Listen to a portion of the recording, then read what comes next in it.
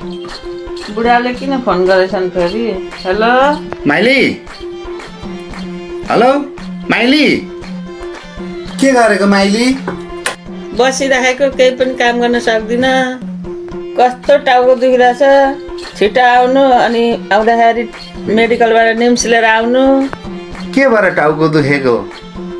धेरै टेन्सन भयो हो, अस्ति केटाले फोन गरेछ, कस्तो टेन्सन भइसक्यो।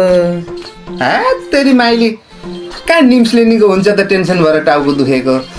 सिग्नेचर ल्याउँछु म, सिग्नेचरले निको हुन्छ।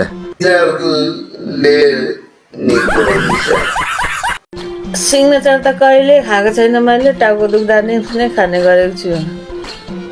एक डोज सिग्नेचर खानुपर्छ।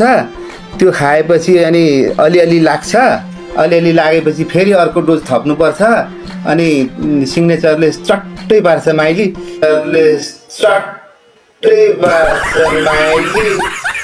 उसले निम्सले भन्दा त सिग्नेचरै राम्रो। ल ठिकै छ, निम्स भन्दा सिग्नेचरै राम्रो हो भने कसरी खाने डक्टरलाई सोधेर छिटो लिएर आउनु। माइली, त्यो मलाई सबै थाहा छ नि। पहिले एक डोज खाने हो, त्यसपछि अलिअलि लाग्छ, त्यसपछि अर्को डोज थप्ने हो।